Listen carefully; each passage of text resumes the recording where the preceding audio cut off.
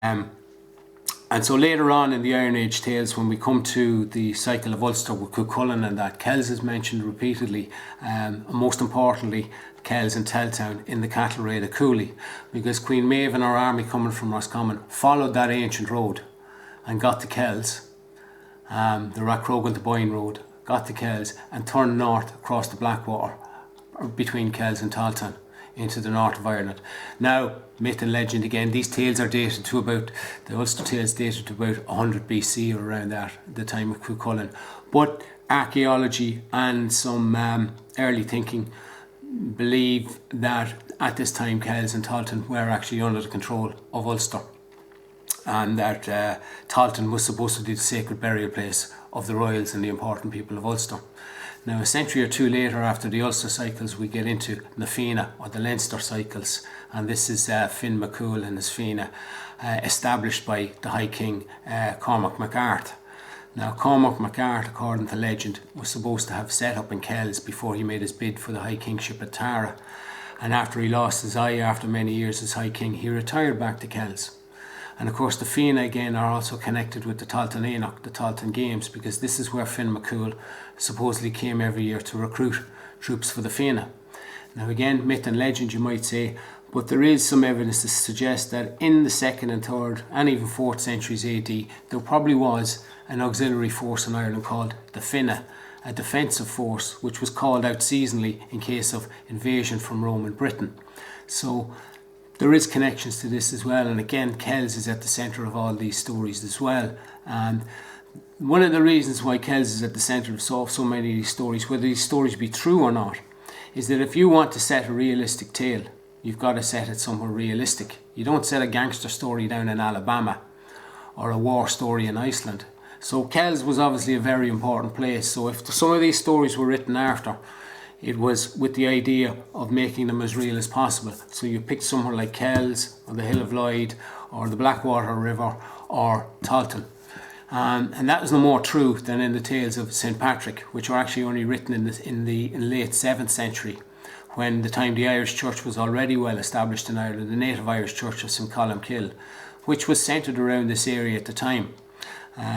But again, the Blackwater River is an important part in the episodes where St. Patrick curses some of the sons of Niall and the 9 hostages, and that their lines will not continue and they will be cursed forever.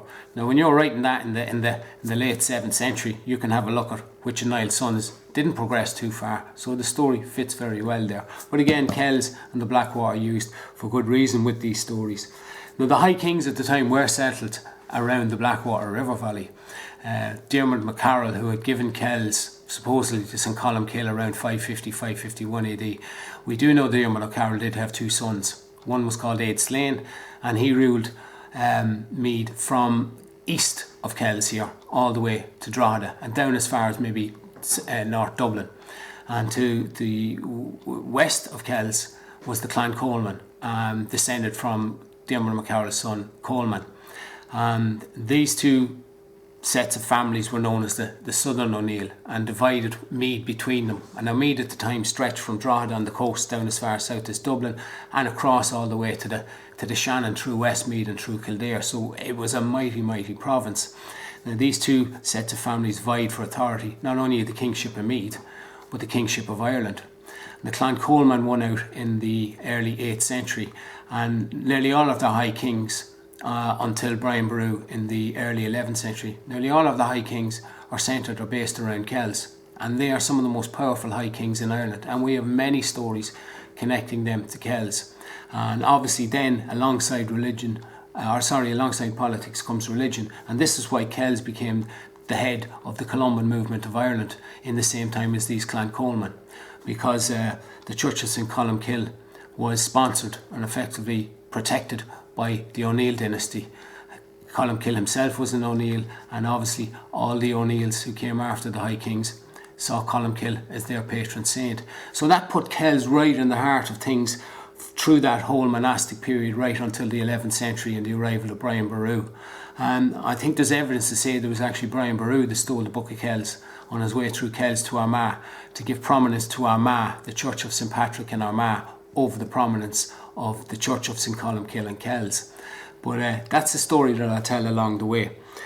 So once Baru had become High King, the Clan Coleman kings of the Southern O'Neill began their decline, and this was at a massive impact on Kells and its monastery as well. And by the early 1100s, Kells was regularly attacked by the O'Rourkes of Breffni. Yeah, I know there's still plenty of them around. Most of them have calmed down since then. But the O'Rourkes pretty much took hold of North Meath in the mid-11th century, and Kells actually became part of Breffni, or West Cavan, for a brief period. Yeah, that didn't last long. The Normans arrived. Had your choice between under the Normans or the O'Rourkes and the Rileys of Cavan? I'll leave that open for debate. We'll have a live stream on that. But when the Normans arrived, they quickly took over most of Leinster, thanks to Jim MacMurrough and his own army uniting with the Normans. In 1172, Meath was promised to Hugh de Lacy by King Henry II. Now, the reason he gave de Lacy Meath was he didn't trust Strongbow. He thought Strongbow would set up his own little empire in Ireland and probably attack him as the King of England, because all the Normans that arrived in Ireland were known as Marcher Lords. They weren't known for their loyalty to the English kings, and they had slipped over without the king's consent in support of MacMurrough. So when they took over a lot of Ireland, Henry II was quite worried, and that's why he picked one of the men he trusted, Hugh de Lacy, to take Meath. But he had to take it by force.